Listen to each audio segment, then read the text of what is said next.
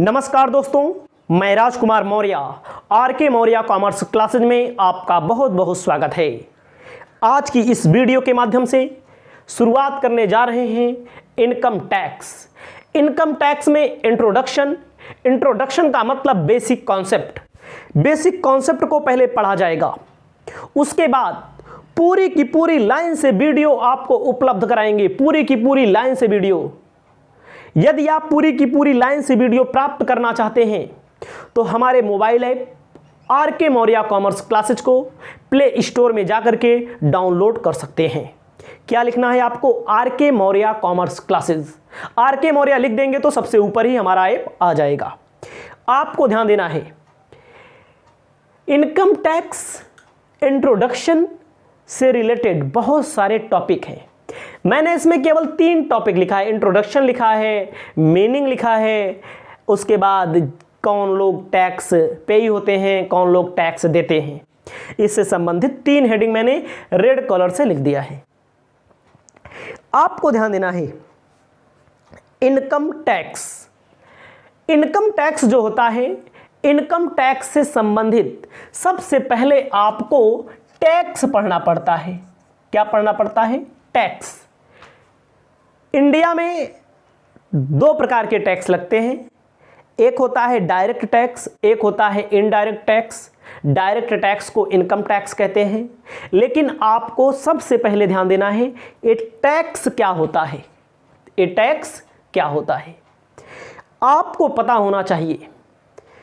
किसी भी देश की गवर्नमेंट को, कोई भी कंट्री हो, इंडिया हो, अमेरिका हो, फ्रांस हो, जर्मनी हो, नेपाल हो, भूटान हो, पाकिस्तान, बांग्लादेश, कोई भी कंट्री आप ले सकते हैं पूरे वर्ल्ड की।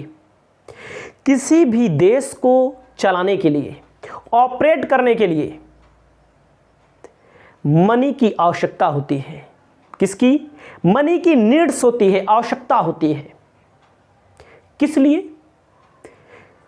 उस देश से रिलेटेड, उस कंट्री से रिलेटेड रोड बनवाना पड़ता है, लाइट लगवानी पड़ती है, मेडिकल के लिए हॉस्पिटल खुलवाया जाता है, कॉलेज, यूनिवर्सिटीज़, तमाम काम कराए जाते हैं। तमाम काम, बहुत सारे काम होते हैं, बहुत सारे वर्क होते हैं। एक बार फिर से समझिए, हम पढ़ रहे हैं सबसे पहले टैक्स। कोई भी कंट्री हो, उस कंट्री को चलाने के लिए नीड्स होती है। किसकी? मनी की नीड्स होती है, मुद्रा की जरूरत होती है। और उस मुद्रा की जरूरत के लिए जनता से एक अमाउंट रिकवर किया जाता है, लिया जाता है, जिसे हम लोग कहते हैं टैक्स। वो जो टैक्स का अमाउंट, टैक्स की मनी गवर्नमेंट के पास आती है। मान लीजिए इंडिया की गवर्नमेंट के पास आती है, अब हम लोग इंडियन हैं। जब इंडिया की गवर्नमेंट के पास आती है तो लोग क्या करते हैं? उस अमाउंट से, उस मनी से रोड बनवाया जाता है, हॉस्पिटल से रिलेटेड तमाम एक्सपेंसेस होते हैं, लाइट से रिलेटेड, रेलवे से रिलेटेड, एजुकेशन से रिलेटेड बहुत सारे एक्सपेंसेस करने पड़ते हैं। और कहाँ पर खर्च किया जाता है टैक्स का पैसा? आप देखते होंगे टेलीविज़न के माध्यम से, आप इंटरनेट के माध्यम से देखते होंगे। अमेरिका से आर्मी के लिए गन मशीनें खरीदी जाती हैं, बहुत सारे इक्विपमेंट खरीदे जाते हैं आर्मी के लिए। देश को बचाने के लिए भी अमाउंट खर्चा करना पड़ता है। तो यही होता है टैक्स। एक बार हम आपको समझाते हैं, मैंने लिखा हुआ है, ज़्यादा देर ना करते हुए मैं आपको समझा रहा हूं। जैसे जैसे मैंने लिखा हुआ है, इसे आपको अपनी कॉपी में लिखना पड़ेगा और बेहतर तरीके से लिखना पड़ेगा। जैसे मैंने लिखा है, केवल इतना ही आपको लिखना है। आपको होशियारी नहीं करनी है कि इसको लिख लेंगे, वीडियो नहीं देखेंगे। अगर आप ये होशियारी करते हैं तो हो सकता है आपको कम समझ में आए। पूरा वीडियो देखना है लाइन से, आपको किसी से पूछने की कोई ज़रूरत नहीं पड़ेगी। मैंने लिखा है, देखो, government of nation requires money. किसी भी गवर्नमेंट को, गवर्नमेंट चाहे इंडिया की हो सकती है, चाहे नेपाल की, भूटान की, Bangladesh, America, France, Germany, Japan, कहीं की भी गवर्नमेंट हो,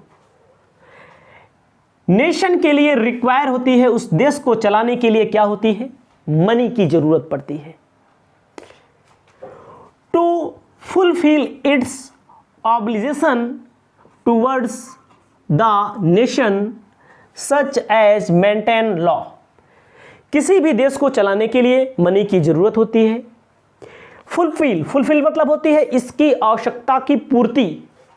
ओब्लाइजेशन, आक्रमण से, किसी भी देश को विदेशी आक्रमण से, जैसे पाकिस्तान वाले भी आक्रमण करते रहते हैं इंडिया के ऊपर, चाइना वाले आक्रमण करते रहते हैं, ठीक है। ओब्लाइजेशन मतलब क्या होता है, आक्रमण। Towards the nation such as maintain law, किसी भी देश को चलाने के लिए, ऑपरेट करने के लिए क्या मनी की नीड्स होती है, मनी की ज़रूरत होती है। मनी की ज़रूरत को सरकार दो जगह खर्च करती है। एक ऐसा होता है कि डेवलपमेंट पर खर्चा करती है, जो मैंने आपको बताया, डेवलपमेंट से रिलेटेड, रोड्स हो गया, हॉस्पिटल हो गया, एजुकेशन हो गया। दूसरा क्या खर्च करती है, दूसरा विधि। ऑब्लाइजेशन मतलब होता है दूसरे देश हमारे देश के ऊपर आक्रमण ना करने पाए, हमारे देश की जमीन को कब्जाने ना पाए, सेना से रिलेटेड खर्च किया जाता है। The nation such as maintain law, देश में लॉ मेंटेन रहे, जो हमारी आर्मी होती है, सीआरपीएफ होती है, पुलिस, पीएससी ना, इस पर अमाउंट खर्चा करना पड़ता है, मनी को एक्सपेंड करना पड़ता है। तो इसके लिए लॉ मेंटेन रहे and order. To save the country, country हमारी जो हो सेव हो, सुरक्षित हो। Against foreign aggregation and invasion and maximise welfare of its citizen, विदेशी आक्रमण, इसका मतलब आक्रमण नहीं होगा, इसका मतलब होगा आक्रमण। And invasion and maximise welfare, मतलब लोगों का अधिकतम कल्याण हो सके, विदेशी आक्रमण से बचाया जा सके, लोगों का अधिकतम वेलफेयर मतलब क्या होता है, कल्याण हो सके। ऑफ इट्स सिटीजन, प्रत्येक नागरिक का। एक बार आपको फिर से समझना है, government of nation require money, किसी भी देश को चलाने के लिए मनी की रिक्वायर होती है, मनी की आवश्यकता होती है।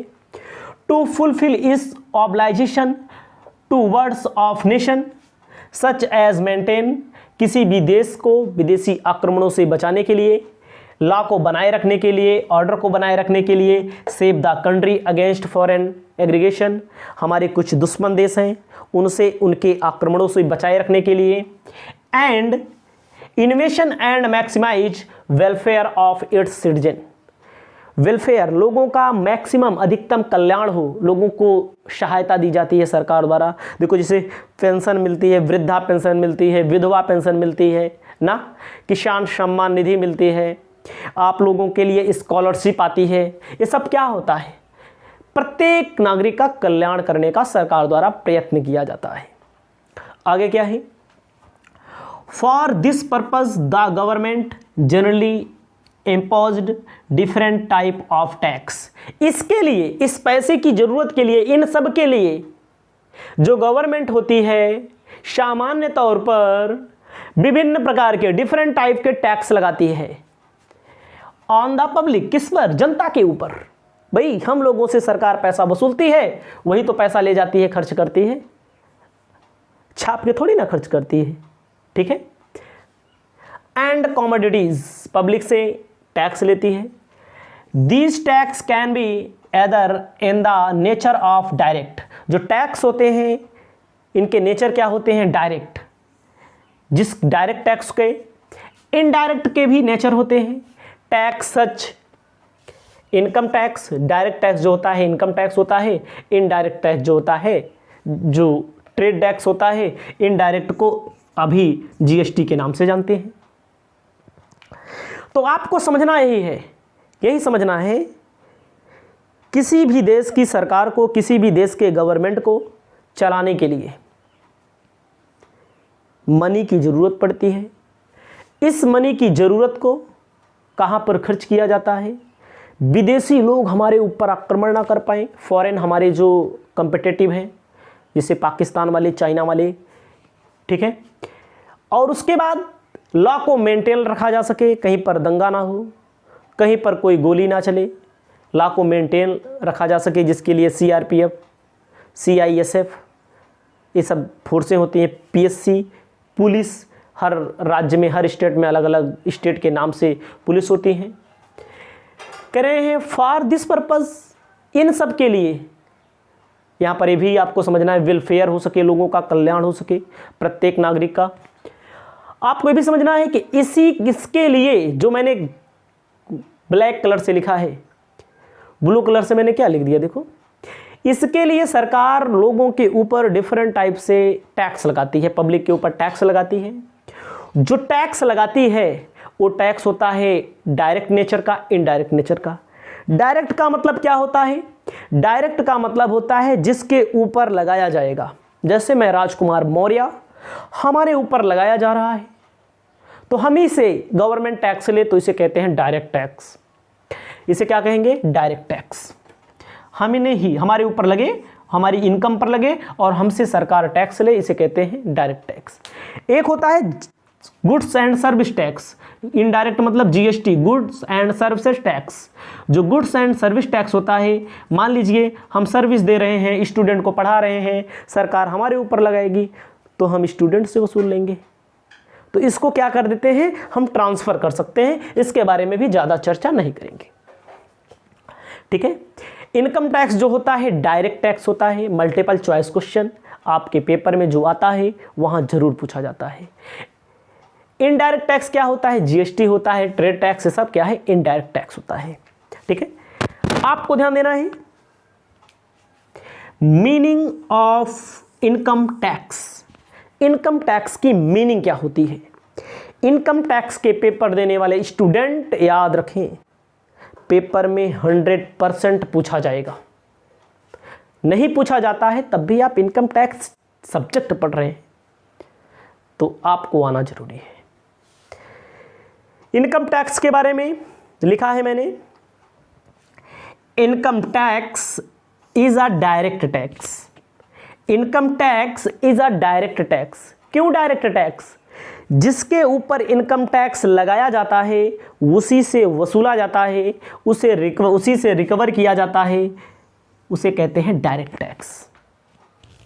कह रहे हैं which is charge by the income tax department of central government. जो इनकम टैक्स लगाया जाता है, चार्ज किया जाता है, चार्ज करने का मतलब लगाया जाता है। इनकम टैक्स अलग से एक डिपार्टमेंट है। क्या है? इनकम टैक्स फाइनेंस मिनिस्ट्री का एक अलग से क्या है? डिपार्टमेंट है।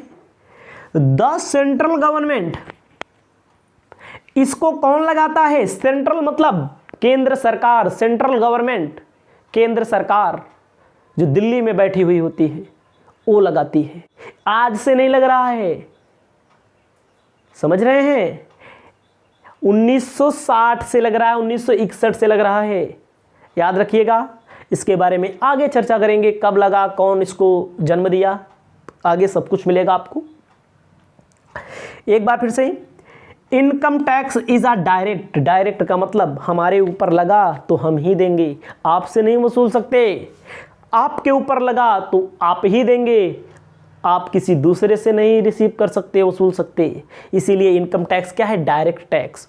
Which is charge by the income tax department of the central government. Income tax जो होता है सेंट्रल गवर्नमेंट द्वारा चार्ज किया जाता है, लगाया जाता है और वसूला भी जाता है उसी द्वारा। And the income earned by the assessee in the previous year. जो भी इनकम असेसी का मतलब टैक्स देने वाला, हिंदी में कहते हैं करदाता। जो भी असेसी पैसा कमाया रहेगा, कब कमाया रहेगा? Previous year. याद रखना, very important topic, previous year. Previous year का मतलब इसके पहले का, इसे हिंदी में बोलते हैं गत वर्ष जो टैक्स अर्न किया जाएगा, कमाई की जाएगी सेंट्रल गवर्नमेंट की, कब की? असेसी मतलब क्या होता है? करदाता। करदाता का मतलब टैक्स देने वाला। जैसे मैं दे रहा हूं, मैं राजकुमार मौर्य, मैं इनकम टैक्स दे रहा हूं, तो मैं क्या हूंगा? असेसी हूंगा। प्रीवियस ईयर का मतलब जिस ईयर में आप कंप्यूटेशन करेंगे, लगाएंगे, उसके पहले वाले ईयर में, पिछले वाले ईयर में। समझ रहे हैं कि नहीं? इसे कहते हैं प्रीवियस ईयर। आगे आपको मिलेगा प्रीवियस ईयर से रिलेटेड क्वेश्चन, सब बताएंगे, एक एक करके बताएंगे, कोई दिक्कत नहीं है। अभी भी मैंने बता दिया, प्रीवियस का मतलब पिछला। अब मैंने क्या लिखा है? ब्लैक कलर में लिख दिया है, tax liability is assessed on the basis of various slab. जो टैक्स लगाया जाता है इसका अलग अलग स्लैब है, इसका अलग अलग स्लैब है। स्लैब मैं आपको आगे बताऊंगा। स्लैब का मतलब क्या है? अलग अलग कैटेगरी है। जैसे जिसकी एज 60 ईयर से लेस देन है, मतलब 60 साल से कम है, उसके लिए अलग नियम है। जिसकी age more than 60 year less than 80 year, 60 साल से अधिक 80 वर्ष से कम है, उसके लिए अलग नियम है।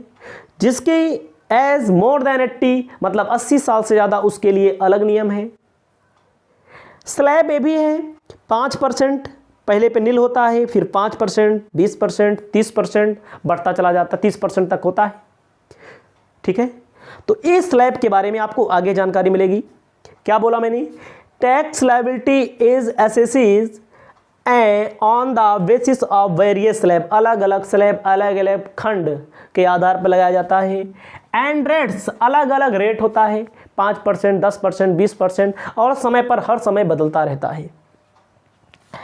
This tax is a major source of revenue for the central government specially in India. Income tax से जो पैसा कमाई होती है वो सीधा किसके पास जाती है? सेंट्रल गवर्नमेंट के पास, भारत सरकार के पास जाती है। बाद में भारत सरकार कुछ हिस्सा स्टेट को भी देती है, लेकिन इनकम टैक्स जो होता है सबसे पहले कहाँ जाता है? कहाँ? Central government. इनकम टैक्स के माध्यम से सेंट्रल गवर्नमेंट जितना टैक्सों से पैसा इकट्ठा करती है, मतलब जैसे जीएसटी हो गया और इनकम टैक्स हो गया, जो भी सेंट्रल एक्साइज ड्यूटी हो गया, जो भी सेंट्रल गवर्नमेंट पैसा लगाएगी, जो रिसीव करेगी टैक्स के माध्यम से, सबसे ज़्यादा पैसा मिलता है इसे कहाँ से? इनकम टैक्स से ही मिलता है, याद रखना। आगे है हु इज लिबल टू पे इनकम टैक्स। इसका मतलब क्या हुआ? कौन एलिजिबल है, कौन इनकम टैक्स पे करता है? भाई कौन टैक्स पे करता है? तो इसके बारे में मैंने लिखा, the term person includes on individual. Income tax देने वाले इंडिविजुअल मतलब कोई अकेला व्यक्ति, मैं जैसे, मैं अकेला व्यक्ति हूँ, आप अकेले व्यक्ति हैं, आपके पापा मम्मी भाई बहन जो भी नौकरी करते होंगे वे अकेले हैं, individual. Hindu undivided family, Hindu undivided family का मतलब होता है हिंदू मुसलमान सिख ईसाई से नहीं मतलब होता इसमें। हिंदू मुसलमान सिख ईसाई से नहीं मतलब होता, ऐसी फैमिली जिसमें कई लोग मिलकर काम कर रहे हों, पैसा कमाई कर रहे हों, और सबका मालिक उसी फैमिली से कोई एक हो। जैसे दादा पापा किसी के मालिक होते हैं, तो सब लोग कमा के उन्हीं को पैसा देते हैं, उसे कहते हैं हिंदू अनडिवाइडेड फैमिली। तो कहने का मतलब पर्सन, व्यक्ति, देखो पर्सन इंडिविजुअल में अंतर है। पर्सन के अंतर्गत इंडिविजुअल अकेला, हिंदू अनडिवाइडेड मतलब मैं हूं, मम्मी पापा भाई बहन, ठीक है, वो लोग कमा रहे हैं तो इसमें ही शामिल किया जाता है पर्सन के अंतर्गत। कंपनी को आप जानते होंगे, कंपनी या पार्टनरशिप फर्म को पर्सन के अंतर्गत शामिल किया जाता है, याद रखिएगा। कोऑपरेटिव सोसाइटी जो होती है, association of person, body of individual, local authorities, hence ध्यान दीजिए फिर से एक बार, सब कुछ सही। अकेला व्यक्ति, हिंदू अनडिवाइडेड मतलब मम्मी पापा, कंपनी का मतलब फर्म का मतलब समझ रहे हैं, पार्टनरशिप आप पढ़े होंगे, पार्टनरशिप कम से कम 2 लोग होते हैं, अधिक से अधिक 20 मतलब मोर देन 20, बैंकिंग बिजनेस है तो 10 मोर देन, कोऑपरेटिव सोसाइटी, जो कोऑपरेटिव सोसाइटी बनती है डिस्ट्रिक्ट लेवल पे, स्टेट लेवल पे, एसोसिएशन ऑफ पर्सन, कई लोग मिल करके एक अपना समूह बना लेते हैं, संघ बना लेते हैं, जैसे यूनियन होता है ना, वर्कर का यूनियन होता है, कोई राजनीतिक पार्टी होती है, वो सब। बॉडी ऑफ इंडिविजुअल, बॉडी अकेला जो है। लोकल अथॉरिटी का मतलब क्या होता है? लोकल अथॉरिटी का मतलब होता है जैसे नगर पालिका होती है, महानगर पालिका होती है, ठीक है। Hence the aforesaid entities are liable, ये लोग टैक्स देने के काबिल होते हैं, टैक्स देने के पात्र होते हैं। तो आपको मैंने इतना लिखा, इतना समझाया, ना समझ में आया हो तो दोबारा वीडियो देख करके आप समझ सकते हैं, पूरा अपनी कॉपी में लिख सकते हैं। आप पढ़ रहे हैं इनकम टैक्स। इनकम टैक्स के क्लास के क्रम को आगे बढ़ाते हुए अब मैं आपको बताने जा रहा हूं फीचर्स ऑफ इनकम टैक्स। इसके पहले मैंने आपको मीनिंग ऑफ इनकम टैक्स बताया। मीनिंग ऑफ इनकम टैक्स आपको बता दिया है। उसी मीनिंग ऑफ इनकम टैक्स से निकल के आता है फीचर, जिसे हम कैरेक्टर भी कहते हैं। आपको ध्यान देना है, एक एक करके मैं समझाता हूं, आपको इसे अपनी कॉपी में पूरी वीडियो देखने के बाद लिखना है। देखने के बाद लिखेंगे तो आपको याद हो जाएगा। पहला मैंने लिखा है डायरेक्ट टैक्स। फीचर यानी कैरेक्टर में मैंने आपको लिखा है, सबसे पहले देखो डायरेक्ट टैक्स। डायरेक्ट का मतलब होता है जिस पर्सन पर टैक्स लगेगा, जिस पर्सन पर टैक्स लगेगा। कौन सा tax? Income tax. Income tax जो होता है जिस पर्सन पर लगता है उसी पर्सन से वसूल किया जाता है, उसी पर्सन से कवर्ड किया जाता है, जिसे हम कहते हैं डायरेक्ट टैक्स। क्या कहता है? Income tax is a direct tax as it is paid or borne by the person. Borne मतलब जिस व्यक्ति के ऊपर लगाया जाएगा, जिस पर्सन के ऊपर लगाया जाएगा, जिस एसएससी के ऊपर कंप्यूट किया जाएगा, उसी से लिया जाता है, ठीक है। A direct tax cannot be transferred by or shifted to any other person. जो डायरेक्ट टैक्स होता है इसे दूसरे के ऊपर हम ट्रांसफ़र नहीं कर सकते। जैसे हमारे ऊपर लगे, हम किसी अदर के ऊपर कर दें तो ऐसा नहीं होता है। कौन सा ट्रांसफ़र किया जाता है? जीएसटी जो होता है वो ट्रांसफ़र किया जाता है। जैसे हम बिस्किट लेने जाते हैं शॉप पे, जब बिस्किट लेने जाते हैं शॉप पे तो क्या होता है? तो सबसे पहले कंपनी ने बिस्किट को तैयार किया, कंपनी होलसेलर को देगी, होलसेलर रिटेलर को देगा, रिटेलर कंज्यूमर को देगा। तो कंपनी किसको देती है? गवर्नमेंट को जीएसटी दे देती है। कंपनी गवर्नमेंट को जीएसटी देती है, गवर्नमेंट होलसेलर से लेता है, होलसेलर रिटेलर से लेता है, रिटेलर कंज्यूमर पर ट्रांसफ़र कर देता है। लास्ट में कहाँ पर आता है? कंज्यूमर पर आता है, मतलब कि ग्राहक पर आता है। याद रखिएगा, इनकम टैक्स डायरेक्ट टैक्स होता है इसलिए क्योंकि जिसके ऊपर वॉर्न किया जाएगा उसी से लिया जाता है, ठीक है। A direct tax cannot be transferred. Direct tax किसी अदर पर्सन के ऊपर ट्रांसफ़र नहीं किया जा सकता, ठीक है। तो कौन सा टैक्स ट्रांसफ़र किया जा सकता है? जीएसटी। जीएसटी ट्रांसफ़र किया जाता है, जीएसटी। भाई कोई कंपनी है, कंपनी बिस्किट बनाने का काम करती है, कंपनी मार्कर बनाने का काम करती है, मोबाइल बनाने का काम करती है, वाइट बोर्ड बनाने का काम करती है, या बुक बनाने वाली कंपनी है, बुक बनाने का काम करती है, ठीक है। जब बुक बनाने का काम कंपनी करती है तो कंपनी जीएसटी किसको देगी? बेचने के बाद, सामान बेचने के बाद किसको देगी? गवर्नमेंट को, सरकार को। अब कंपनी किससे ले लेती है? होलसेलर को, होलसेलर को भेजती है, होलसेलर रिटेलर से ले लेता है, रिटेलर हमसे और आप से ले लेता है। इसे कहते हैं ट्रांसफ़र करना। इनकम टैक्स अगर लगे, मान लीजिए कंपनी के ऊपर कॉर्पोरेट टैक्स लगता है, पर्सन के ऊपर इनकम टैक्स लगता है, तो इसका कोई भी ट्रांसफ़र नहीं किया जा सकता। आपको आगे ध्यान देना है, दूसरा,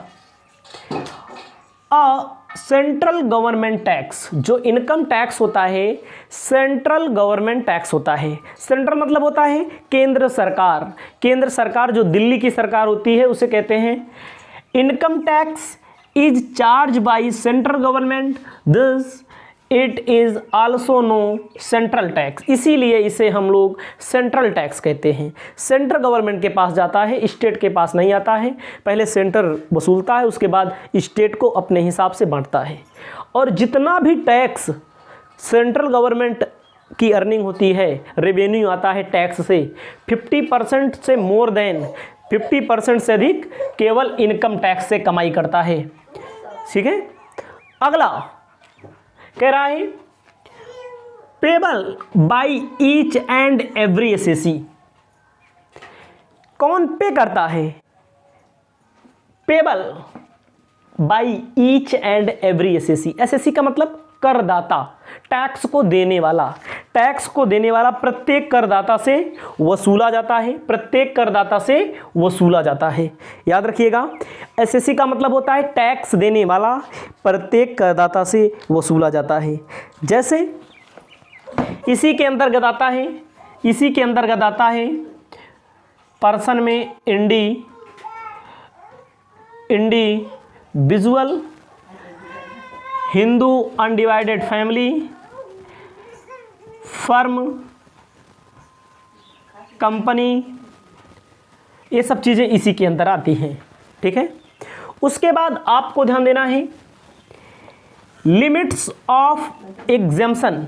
लिमिट्स क्या है, एग्जम्पशन क्या है, आपको ध्यान देना है। एग्जम्पशन का मतलब होता है कि कितनी लिमिट है कि टैक्स उस पर ना लगे, कितनी लिमिट है कि उस पर कोई टैक्स ना लगे, उस पर किसी भी प्रकार का कोई टैक्स ना लगे, इसकी कितनी लिमिट है आपको ध्यान देना है।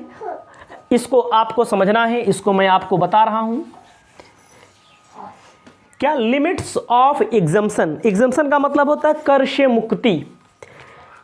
पहली बात ध्यान दीजिएगा, जिसकी एज, ऐसे समझना है, रेड कलर से लिख रहा हूं, जिसकी एज लेस देन 60 ईयर है, जिसकी एज लेस देन 60 ईयर है, 60 ईयर है, उसके लिए आपको लिखना है फर्स्ट, मतलब कि उसके लिए एग्जम्पशन क्या है, 2,50,000 रुपये तक कमाएगा तो एग्जेम्प्ट होगा। इतना ही आपको लिखना है, जिसकी एज लेस देन 60 ईयर। दूसरा, एज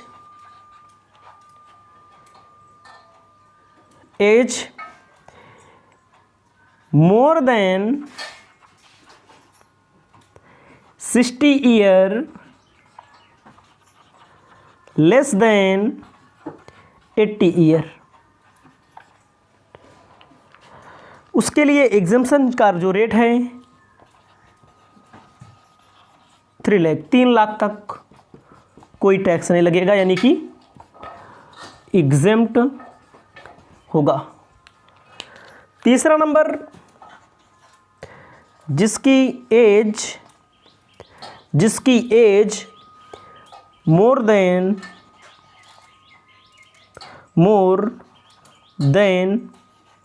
80 ईयर है, उसके लिए 5 लाख रुपया तक एग्जेम्प्ट होगा। यह है एग्जेम्पशन, लिमिट्स ऑफ एग्जेम्पशन। आपको याद रखना है, समय के अनुसार बदलता भी रहता है, हर बार बदलता है। यही चीज़ें हैं इनकम टैक्स में जो समय के आधार पर ध्यान को रख के बदल दी जाती हैं। इसे कहते हैं एग्जेम्पशन रेट। ठीक है, तो आपको समझ में आ गया होगा एग्जेम्पशन क्या है। अगला है 5वां, tax on net payable income of the previous year. जो टैक्स पेबल किया जाता है प्रीवियस ईयर की इनकम पर पेबल किया जाता है, प्रीवियस ईयर की इनकम पर पेबल किया जाता है। आपको मैं जो समझा रहा हूं, प्रीवियस ईयर, इसको आप अपनी कॉपी में वीडियो को रोक करके लिख सकते हैं। प्रीवियस ईयर पर पेबल किया जाता है। अब आपको इसमें जो मैं समझा रहा हूं ध्यान दीजिएगा। किसमें मैं समझा रहा हूं आपको? इसमें प्रीवियस ईयर। मान लीजिए हम 20 लिखा है, 21, 2020 लिखा है, 2021 लिखा है, 2021 लिखा है, 2022 लिखा है। याद रखिएगा। मान लीजिए 2021 लिखा है, 2022 लिखा है, 22, 23 या 23, 24, 25 ऐसे लिखा है। एक एक करके समझते हैं। 3 एग्जाम्पल मैं आपको समझा रहा हूँ, 3 एग्जाम्पल मैं आपको समझा रहा हूँ, तीनों को आप समझिए। कह रहा है tax on net taxable income previous year. A21, 21, 22 मान लीजिए असेसमेंट ईयर चल रहा है, तो इसके पहले वाला ईयर प्रीवियस ईयर हो जाएगा। इसके लिए 21, 22 प्रीवियस ईयर हो जाएगा। यहाँ थर्ड में देखिए ये प्रीवियस ईयर हो जाएगा। प्रीवियस ईयर का मतलब 1 साल पहले। इसके लिए कैलकुलेट करेंगे, इसके लिए करेंगे, इसके लिए करेंगे, तो ऐसे प्रीवियस ईयर हो जाएगा। मतलब कि पिछले साल, जिस साल आपको टैक्स का कंप्यूटेशन करना है, उसके पहले वाला ईयर कौन सा ईयर कहलाता है? प्रीवियस ईयर कहलाता है। इसे आप अपनी कॉपी में लिख सकते हैं। आगे आपको ध्यान देना है, इसको समझ गए होंगे। प्रीवियस का मतलब पिछला वर्ष। आपको ध्यान देना है आगे। आप समझ रहे हैं। 6ठा नंबर अब कह रहा है computation of tax according to various slab and rates. जो टैक्स का कंप्यूटेशन किया जाता है, इसके अलग अलग स्लैब हैं, इसके अलग अलग रेट्स हैं। स्लैब का मतलब पहला, स्लैब को हिंदी में कहते हैं खंड। एज लेस देन 60 ईयर वालों के लिए, more than 60 year to 80 year, more than 80 year. इतना आप समझिए। पूरा बता देते हैं आपको अच्छे से, आप समझ जाएंगे। आपको समझना है क्या? ऐसे लिखते हैं। फर्स्ट, अभी मैंने पीछे बताया 2,50,000 नील। पहले 2,50,000 पर कोई टैक्स नहीं लगता। नेक्स्ट 2,50,000 1 से 5 लाख तक, 5 लाख तक यहाँ पर आपको लिखना है 5%। नेक्स्ट 5 लाख से 10 लाख तक 20%। बैलेंस मतलब जो शेष बचा रहेगा 10 लाख से जो भी ज़्यादा होगा उस पर 30%। ये स्लैब है, देखो ये स्लैब है, अलग अलग रेट्स है। ये स्लैब है, एक स्लैब ये हुआ, एक स्लैब ये हुआ, एक स्लैब ये हुआ। तो आपको समझना है यहाँ पर ये अलग है। First 2,50,000 nil, next 2,50,000 1 to 5 lakh 5%, 5 lakh से 10 लाख 20%, मोर देन 10 लाख 10 लाख के लिखा है, इससे अधिक होगा तो 30%। ये साफ नहीं लिखा है, इसको आप लिख लीजिएगा। हम अब जो भी लिखेंगे एकदम अच्छे से लिखेंगे, कोई प्रॉब्लम नहीं होनी चाहिए। अब आपको ध्यान देना है, मान लीजिए जिसकी ईयर 60 से ज़्यादा है, मोर than 60 year, less than 80 year, इसे कहते हैं सीनियर सिटीजन। इसके लिए रूल क्या है? First 2,50,000 nil. Next 2,50,000 to,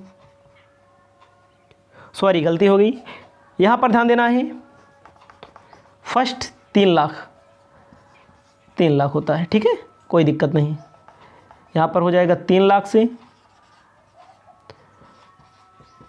5 lakh तक 5%। नेक्स्ट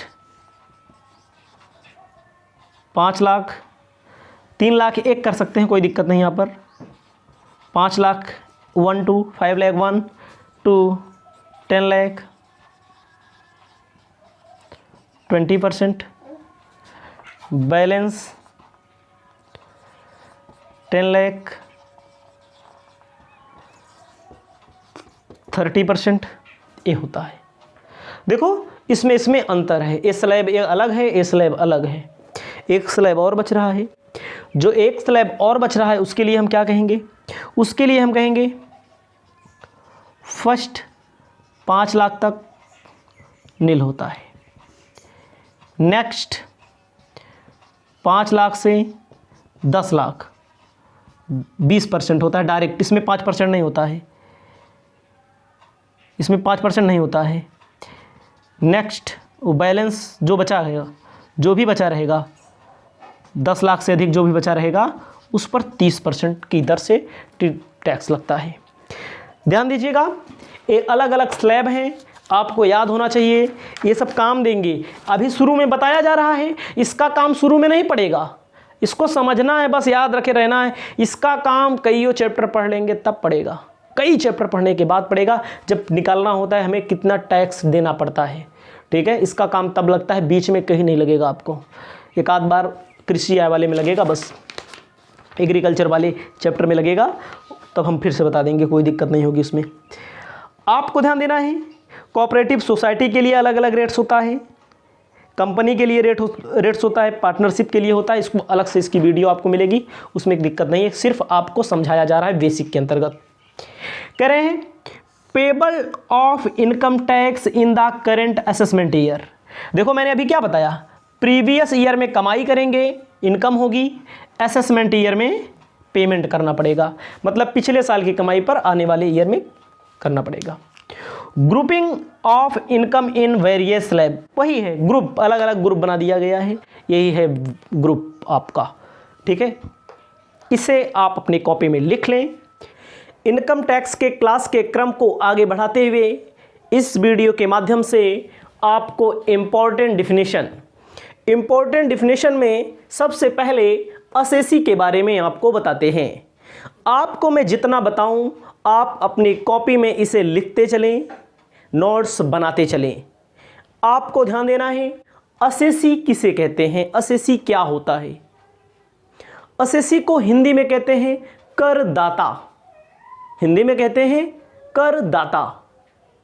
कर का मतलब टैक्स देने वाला, जो टैक्स देने वाला होता है, जिसे टैक्स देने वाला माना जाता है, उसे असेसी कहा जाता है। असेसी के अंदर क्या क्या आता है, 1 से लेकर के 6 पॉइंट तक मैंने बताया है आपको। आपको इसे अपनी कॉपी में जरूर लिखना है, लेकिन पूरा मैं बता दूं तभी आप अपनी कॉपी में लिखें। आपको ध्यान देना है, सबसे पहले मैंने क्या लिखा है, पहले नंबर पर देखिए आप, पहले नंबर पर मैंने लिखा है 1 who pay income tax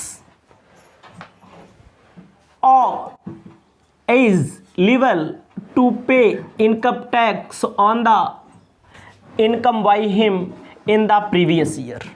इसका मतलब क्या हुआ, ऐसा कोई व्यक्ति, ऐसा कोई पर्सन के अंदर क्या क्या आता है, individual person, Hindu undivided family, company, firm, etcetera जो भी और मैंने आपको पर्सन बताए हैं। कोई पर्सन इनकम टैक्स देने के लिए एलिजिबल है, मतलब पे कर रहा है, income tax on the income by him in previous year, मतलब कि प्रीवियस ईयर में जो उन्होंने अर्निंग की है, जो कमाई की है, उस पर टैक्स देगा या दे दिया है। उसे हम कहेंगे एसएससी। एक बार फिर से ध्यान दीजिएगा, एसएससी को हिंदी में कहते हैं करदाता। करदाता का मतलब टैक्स पेई। कौन सा ऐसा व्यक्ति है? ऐसा व्यक्ति मतलब पर्सन, पर्सन के under individual person, Hindu undivided family, company, firm, association, उन सब को शामिल करते हैं जो टैक्स को देने के लिए एलिजिबल है, यानी कि टैक्स को देगा। किस पर? प्रीवियस ईयर की इनकम पर या दे चुका है, उसे कहा जाएगा एसएससी कहा जाएगा, करदाता कहा जाएगा। याद रखना। अगला क्या है? वन हु लिबल टू पे any other amount. Income tax department को एनी अदर अमाउंट पे करे, जैसे interest and penalty along with income tax. Income tax department को इनकम टैक्स में देरी के कारण, कभी कभी हो जाता है बकाया कर देते हैं देरी के कारण, अगर देरी करेंगे तो जो इनकम टैक्स होगा उस पर इंटरेस्ट लगेगा, पेनाल्टी भी लग जाती है इनकम टैक्स डिपार्टमेंट की तरफ से। जो पेनाल्टी देने के लिए और इनकम टैक्स पे इंटरेस्ट देने के लिए हो, उसे भी हम क्या कहेंगे? उसे भी हम कहेंगे एसएससी। उसके बाद every person in respect to whom any proceeding has been taken for the assessment year. जिस एवरी पर्सन, कोई भी व्यक्ति, कोई भी पर्सन, क्या कह रहा है? जिसके ऊपर कार्यवाही चल रही है इनकम टैक्स की, ठीक है, जिसके ऊपर प्रोसीडिंग हैज बीन टेकन, मतलब टैक्स देने के लिए क्या चल रही हो? कार्यवाही का प्रोसेस चल रहा हो, उसे भी हम लोग क्या कहते हैं? उसे भी हम लोग एसएससी कहते हैं। ठीक है, आपको ध्यान देना है। फोर्थ नंबर क्या कहता है? A person who is deemed to be an assessee. A deemed SSC is one who is liable to pay income tax on the income earned by the any other person। ध्यान दीजिएगा, इसे कहते हैं हिंदी में, हिंदी में भी थोड़ा जानिए, माना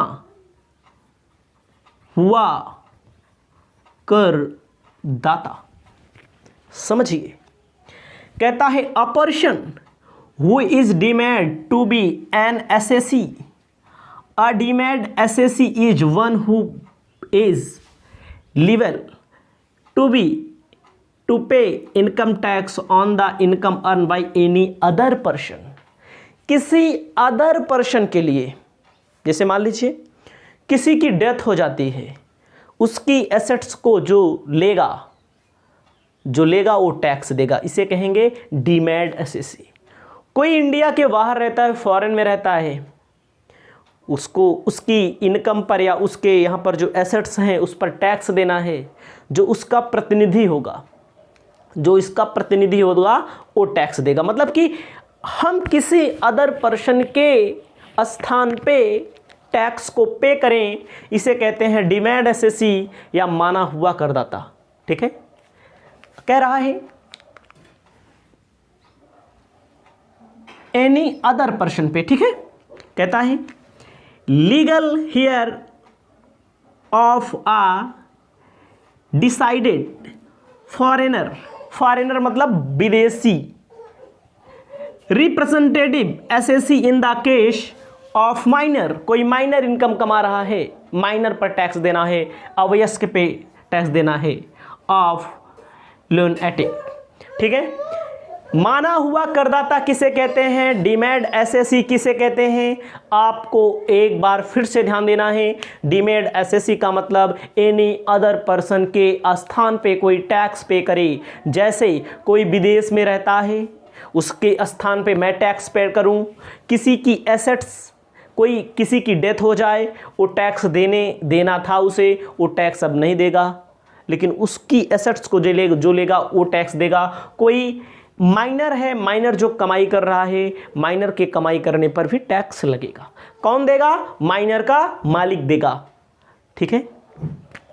5th number, a person who is deemed to be an assessee default. Default का मतलब होता है जो बकाया किया हो, जो डिफॉल्ट कर दिया गया हो, उसे कहते हैं डिफॉल्ट एसएससी कहेंगे। 5th नंबर हो गया। आपके सामने 6 में दिया है, a person on whom any of the following proceeding under this act have been initiated। आपको इसमें ध्यान देना है, इस ये सब भी जिसके ऊपर होगा वो एसएससी होगा। ठीक है। पहला कहता है प्रोसीडिंग फॉर असेसमेंट ऑफ परक्यूसाइट्स और बेनिफिट्स। अगर कोई व्यक्ति कोई परक्यूसाइट्स का मतलब सुविधा प्राप्त कर रहा है, बेनिफिट्स प्राप्त कर रहा है, उसका असेसमेंट हो, इनकम टैक्स के अंतर्गत देखा जाए, इनकम टैक्स डिपार्टमेंट देखे कितने की परक्यूसाइट्स या बेनिफिट रिसीव कर रहा है, उसे क्या कहेंगे? उसे कहेंगे एसएससी कहेंगे। Proceeding for the assessment of income of other person, मतलब कि प्रोसीडिंग किसी व्यक्ति की इनकम पर प्रोसेस चल रहा हो इनकम टैक्स को डिसाइड करने का, तो उसे भी एसएससी कहेंगे। उसके बाद proceeding related to be determination of loss, किसी के लॉस का प्रोसीडिंग हो, मतलब कि किसी के लॉस का निर्धारण किया जा रहा हो, तब भी क्या होगा हमारा? तब भी हमारा एसएससी कहलाएगा। Proceeding in the respect to refund of tax, किसी का टैक्स रिफंड करने के लिए कोई भी कार्यवाही चल रही हो, कोई भी प्रोसेस चल रहा हो, उसे हम क्या कहेंगे? उसे एसएससी कहेंगे। ये जो जितना मैंने बताया सेक्शन 2 ना सब सेक्शन 7, आपको इसे अपनी कॉपी में लिख लेना है। आपको लगातार क्लास में दे रहा हूँ, इसे आप कॉपी में लिखते जाइए, आपको कोई भी प्रॉब्लम नहीं होगी। कोई प्रॉब्लम होती है तो आप हमें बताएं, 2 बार कम से कम वीडियो देखें, और आपको पूरा का पूरा अपनी कॉपी में नोट्स ज़रूर बनाना है। अब आपको मिलते हैं नेक्स्ट टॉपिक में।